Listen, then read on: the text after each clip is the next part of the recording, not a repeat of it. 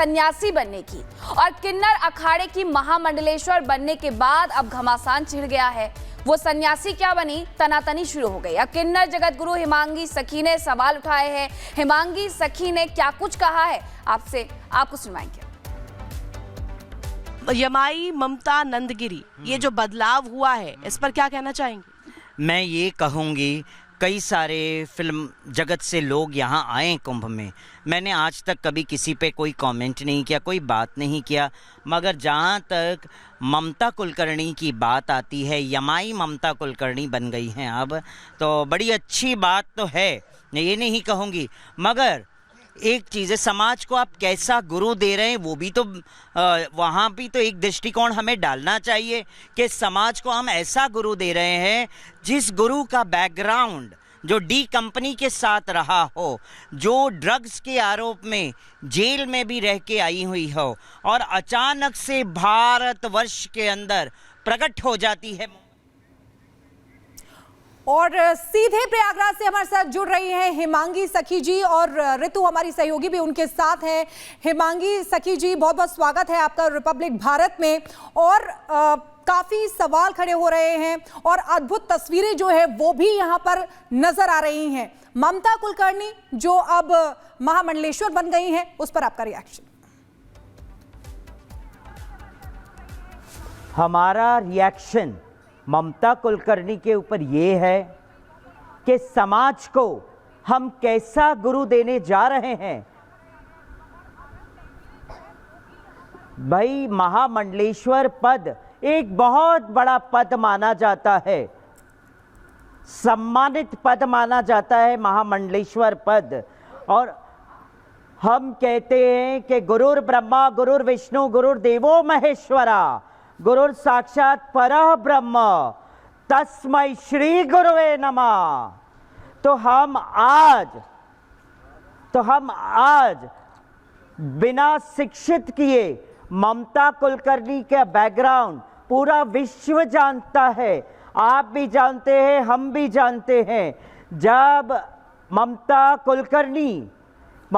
कुलकर्णी के relations D company के साथ रहे हैं, ममता कुलकर्णी अपना जो जेल में रही है ड्रग्स के केस में भी, और अचानक से ममता कुलकर्णी भारत में प्रकट हो जाती हैं और वीडियोस वायरल होते ममता कुलकर्णी के।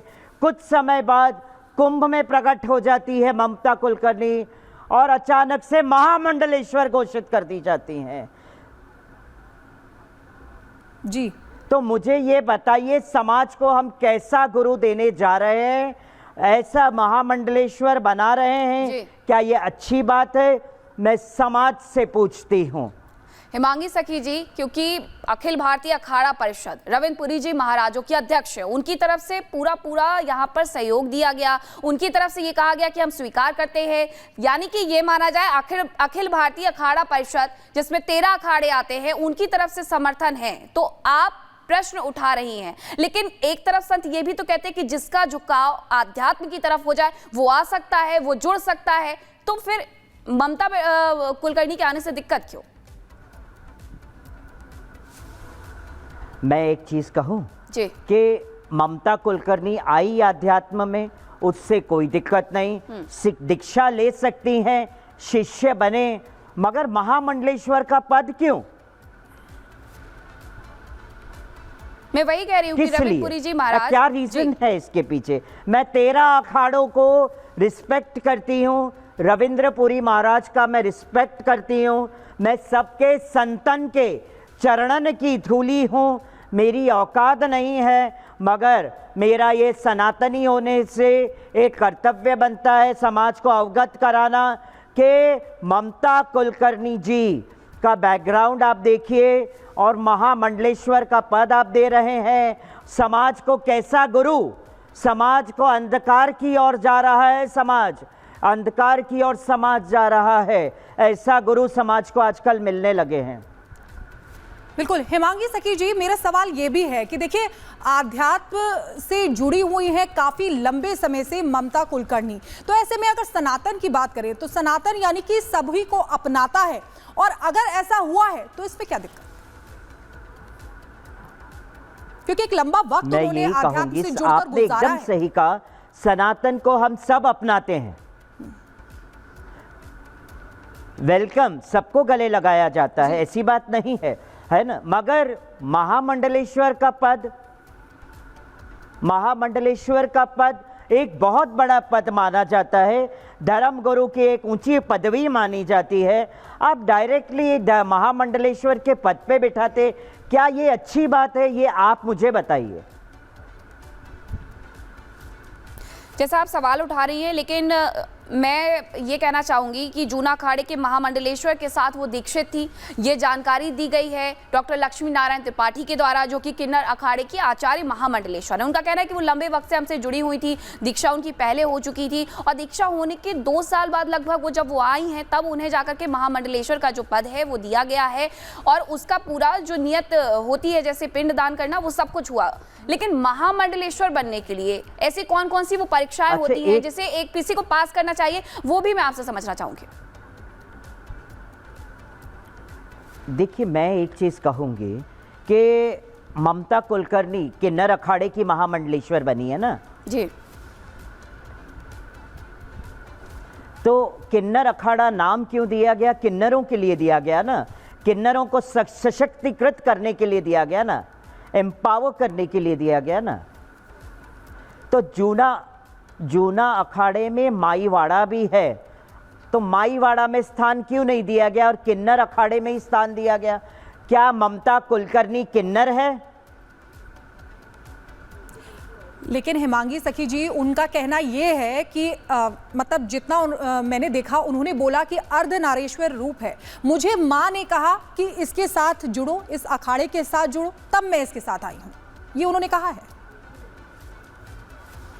नहीं, जुड़ो ना, अच्छी बात है, मैं मना नहीं करती हूँ जुड़ने के लिए, मगर पद, गरिमामय पद, आप समाज को एक महामंडलेश्वर जैसा पद दे रहे हैं, वो गुरु, उनको समाज को एक गुरु दे रहे हैं आप, तो गुरु तो उचित दो आप, आपने जिसका बैकग्राउंड ही डी कंपनी के साथ रहा है, जिसका बैकग्राउंड ही के ड्रग्स के केस में रहा है, जो डी कंपनी के साथ लंबे समय तक रिलेशन में रहे हैं।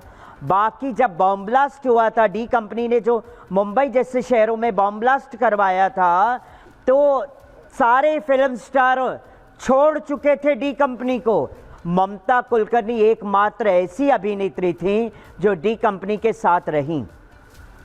ममता कुलकर्णी तो लंबे वक्त से भारत में ही नहीं है, वो भारत ही छोड़कर क्या चली गई। मैं ये कहना चाहती हूँ, क्या डी कंपनी ने ममता कुलकर्णी को कुंभ में भेजा है? क्या आप दीक्षित हो, आप महामंडलेश्वर बनो और उनका उपयोग करके कुछ गतिविधियां ऐसी हो जाए कुंभ के अंदर?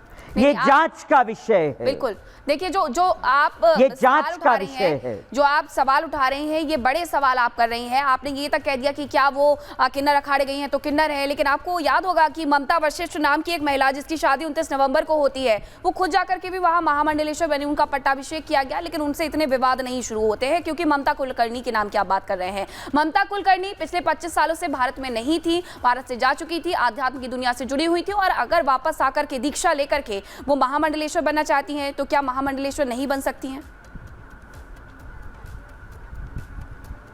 कैसे बन सकते हैं बेटा महामंडलेश्वर? बहुत बड़ी पदवी होती है महामंडलेश्वर, सम्मानित पदवी होती है महामंडलेश्वर। आप ऐसे कैसे, जिसका बैकग्राउंड ही अगर आप देखें डी कंपनी के साथ जुड़ा है, उनको महामंडलेश्वर नहीं बनाना चाहिए था। उनको गुरु, उनको लक्ष्मी जी को अपना शिष्य बनाना चाहिए, उसके लिए कोई आपत्ति वाली बात नहीं है। मगर महामंडलेश्वर बहुत बड़ी पदवी होती है। मेरे सामने यहाँ बहुत बड़ा समाज बैठा है, अगर चाहे तो उनसे भी पूछ सकते हैं, वो भी कहने को तैयार है कि भाई ममता कुलकर्णी जैसी गुरु हमको नहीं चाहिए।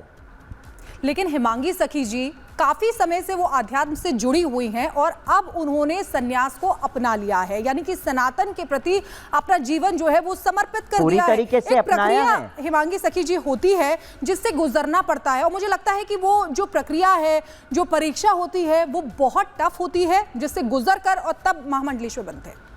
क्या ऐसा है? अच्छा, ऐसा भी है, बहुत क्या बड़ी ऐसा है? परीक्षा देनी पड़ती है। जी, मैंने आज ही सुना कि बहुत बड़ी परीक्षा देनी पड़ती है इसके लिए। मैं पूछ रही हूं आपसे। वही तो मैं कहती हूँ ना, ममता कुलकर्णी से पूछिए कितनी बड़ी परीक्षा ममता कुलकर्णी ने दी थी महामंडलेश्वर बनने के लिए। या कोई केक भी दिया गया था खाने के लिए।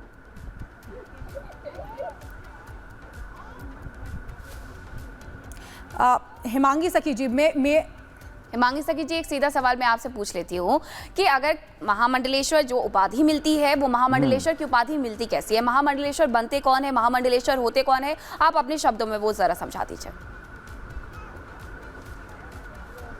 देखिए, मैं एक ही चीज़ कहूँगी, महामंडलेश्वर का अगर बनने का प्रक्रिया है तो मैं कहती हूँ मैं संतों से ऊपर नहीं हूँ, मैं संतों की धूल हूँ, मैं बड़ी बात नहीं करूँगी, मगर जिन्होंने महामंडलेश्वर बनवाया है उन्हीं से ही ये बात पूछिए कि प्रक्रिया क्या है।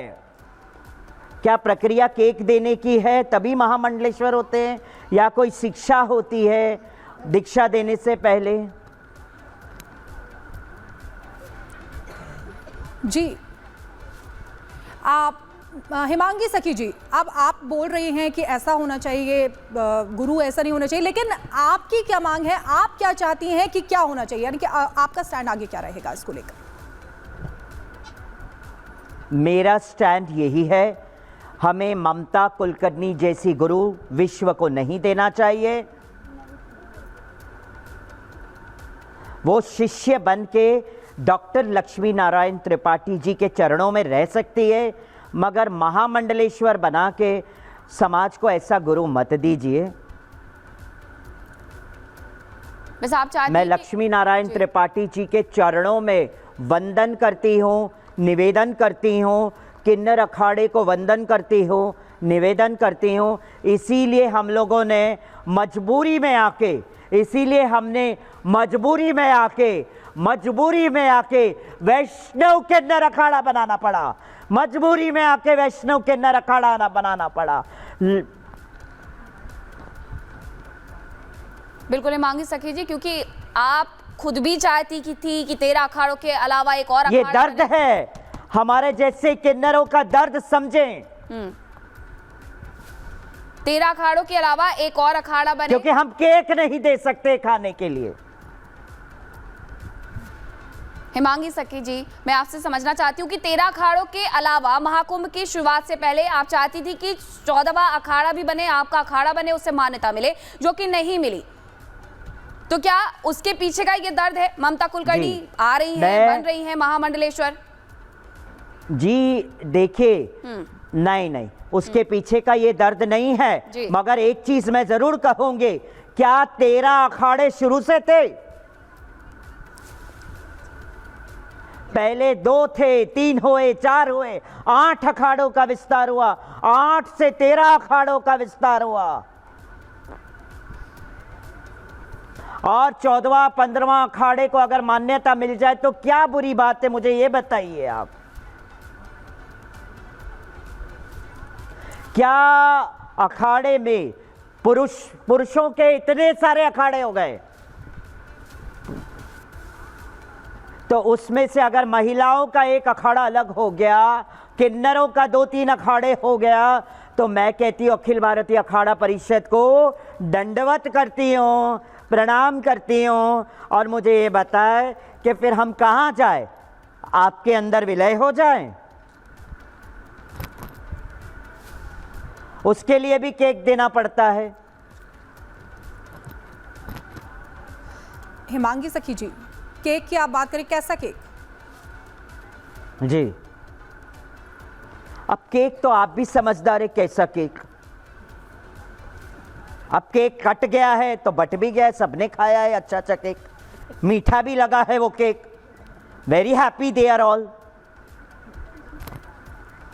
जी हिमांगी सखी जी, देखिए आपने बहुत सारे हमारे सवाल पास उठाए केक कि नहीं है ना आखिरकार जी खिलाने के ममता लिए। कुलकर्णी को महामंडलेश्वर क्यों बनाया गया, सबने सुन भी लिया होगा, किन्नर अखाड़े ने भी सुन लिया होगा। बहुत शुक्रिया, बहुत धन्यवाद आपका हमारे साथ जुड़ने के लिए।